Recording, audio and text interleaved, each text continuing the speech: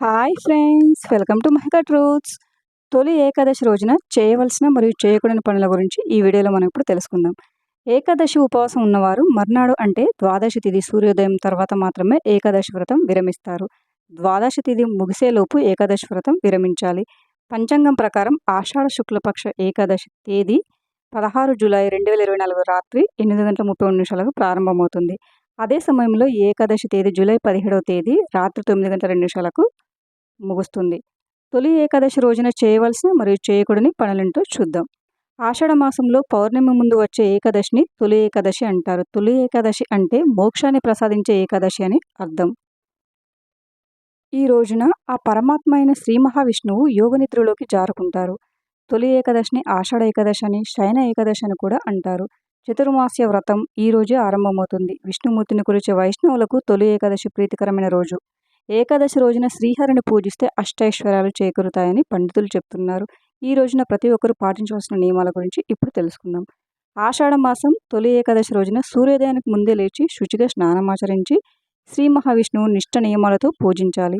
మనస వాచ అన్నింటినీ శుద్ధి చేసుకొని పూజ గదిని శుభ్రం చేసుకొని భగవంతుడిని అలంకరించి శక్తి మేరకు దీప ధూప నైవేద్యాలను హారతిని అర్పించి ఈ క్రింది విధంగా సంకల్పం చెప్పుకోవాలి. సంకల్పం: ఓ దేవా, ఈరోజు నేను ఉపవాస వ్రతం చేస్తూ మౌనవ్రతం చేస్తాను. నీ నామ సంకీర్తనం తప్ప నా నోట కానీ మనసులో కానీ వేరే ఆలోచన రానివ్వనని సంకల్పం చెప్పుకొని భగవంతుని ధ్యానంలో కాలం గడపాలి.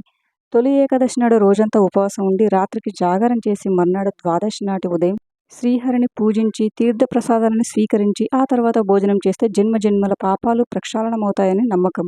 ఆ రోజు యోగనిద్రకు ఉపక్రమించే విష్ణువు మళ్ళీ 4 నెలల తర్వాత కార్తీక శుద్ధ ఏకాదశి నాడు మేలుకొంటాడంటారు. దానిని ఉత్థాన ఏకాదశి అంటారు. ఆ తర్వాత రోజు వచ్చే ద్వాదశిని క్షీరాబ్ది ద్వాదశి అంటారు. ఈ 4 నెలల కాలాన్ని పవిత్రంగా పరిగణించి అందరూ చతుర్మాస దీక్ష చేస్తారు. ఏకాదశి నాడు ఉపవాసం ఉండి ద్వాదశి తిథి రోజున ఉదయం స్నానం చేసి విష్ణువును పూజించాలి. అనంతరం బ్రాహ్మణులకు అన్నదానం చేసి ఆ తర్వాతే ఉపవాసం విరమించాలి. ద్వాదశి నాడు అతిథి లేకుండా భుజించకూడదు. ఏకాదశి నాడు ఉపవాసించిన వారు పాప విముక్తులవుతారు. రైతులు ఏరువాకలాగే తొలి ఏకాదశిని వేడుక చేసుకుంటారు. అతివృష్టి అనావృష్టి లాంటి ప్రకృతి వైపరీత్యాలు చోటు చేసుకోకూడదని, పైరుకు ఏ రకమైన తెగుళ్లు సోకకూడదని, ఇతరత్ర ఏ సమస్యలు ఎదురవ్వకూడదని దండం పెట్టుకుంటారు. ఏ మార్పులు చేర్పులు అయినా ఈ తొలి ఏకాదశి నాడు చేపడతారు. తొలి ఏకాదశి పండుగ నాడు మొక్కజొన్న పేలాలను మెత్తటి పొడిగా దంచి అందులో నూరిన బెల్లం కలిపి దేవుడికి నైవేద్యంగా సమర్పించి ప్రసాదంగా తీసుకుంటారు. సంక్రాంతి, దసరా లాంటి పెద్ద పండుగలలాగే తొలి ఏకాదశిని ముఖ్యమైన పండుగ దినంగా భావించి ఉపవాసం ఉంటారు. ఈవేళ ఉపవాసం కనుక పిండి వంటలు ఏం చెయ్యరు. కొందరు నేతితో పాయసం వండి ప్రసాదంగా పంచుతారు. పండ్లు మాత్రమే సేవిస్తారు.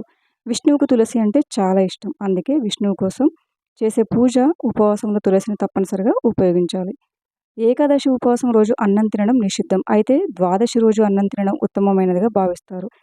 ఏకాదశి నాడు అన్నం తినడం వల్ల సరీసృపాల రూపంలో జన్మిస్తారని, ద్వాదశి నాడు అన్నం తిని ఉపవాస దీక్ష విరమించడం వల్ల ఈ రూపం నుంచి విముక్తి లభిస్తుందని మత విశ్వాసం. ఏకాదశి వ్రతం ఆచరించేవారు చేయకూడని పనులు: ఏకాదశి రోజున తామసిక ఆహారాన్ని తినవద్దు. ఈ రోజున పొరపాటున కూడా అన్నం తినకూడదు. ఏకాదశి రోజున స్త్రీలను పెద్దలను అవమానించకండి. ఏకాదశి నాడు తులసి ఆకులను మొక్క నుంచి తెంపవద్దు. ఏకాదశి వ్రతమాచరించేవారు మాంసాహారం, గుమ్మడికాయ, చింతపండు, ఉలవలు, మినుములు తీసుకోకూడదు. ఏకాదశి రోజున మంచంపై శయనించడం చేయకూడదని పండితులు చెప్తున్నారు. ఉపవాసం ఉన్న వ్యక్తి ఇతరుల పట్ల చెడు ఆలోచనలు చేయకూడదు. ఏకాదశి రోజున గోళ్ళు, వెంట్రుకలు అసలు కత్తిరించకూడదు. అసత్యం పలకరాదు. స్త్రీ సాంగత్యం పనికిరాదు. చెడ్డ పనులు, చెడ్డ ఆలోచనలు అస్సలు చేయకూడదు. ఏకాదశి వ్రతం పాటించేటప్పుడు పొరపాటున కూడా ఆహారంలో కొన్ని వస్తువులను ఉపయోగించకూడదు. అవేంటో చూద్దాం. ముల్లంగి, బెండకాయ, ఆకుకూరలు, కాయధాన్యాలు, వెల్లుల్లి, ఉల్లిపాయలు మొదలైన వాటిని ఉపవాసం విరమించేటప్పుడు ఉపయోగించడం నిషేధించబడింది. వెల్లుల్లి, ఉల్లిపాయలు తామసికాహారం. అందువల్ల వీటిని పూజ సమయంలో ఉపయోగించడం నిషేధించబడింది. వీటిని తినడం వల్ల ఉత్సాహం, కోపం, హింస, అశాంతి వంటి భావాలు కలుగుతాయని నమ్ముతారు. Thank you for watching friends. ఈ వీడియో కనుక మీకు నచ్చినట్లయితే వీడియోని లైక్ చేసి మరిన్ని వీడియోస్ కోసం మా ఛానల్ని సబ్స్క్రైబ్ చేసుకోండి.